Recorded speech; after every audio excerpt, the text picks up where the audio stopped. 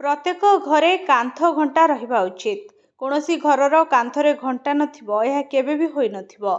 किंतु अनेक थर लोक माने जानी सुनी किंबा अजाणतरे घंटा को भूल दिगरे रखती, जहा वास्तु त्रुटि सृष्टि करे।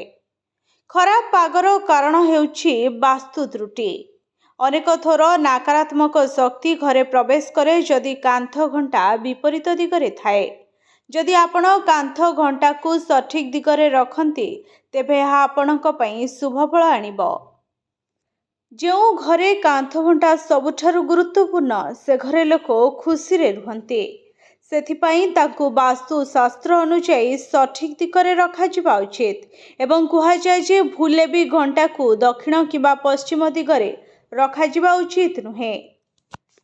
जदि आपण उत्तर मुहा कांथरे घंटा टांगती तेबे आपण कांथ को नील किंबा आकाश नील रंग करि परिबे, कारण सही दिग जलर दिग को प्रतिपादित करे। एपरी परिवेश रे जेतबळे एही रंग सहित एक घंटा स्थापित हुए सेतबळे सकारात्मक शक्ति 4 गुण बढ़ी जाए।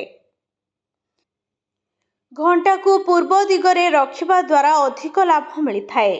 समय सहित तुमर घर अधिक लाभ पाइबा आरंभ करिबो। जदि तुमे सेठारे घंटा रखिबो घरे बहुत सकारात्मक शक्ति बढ़िबो।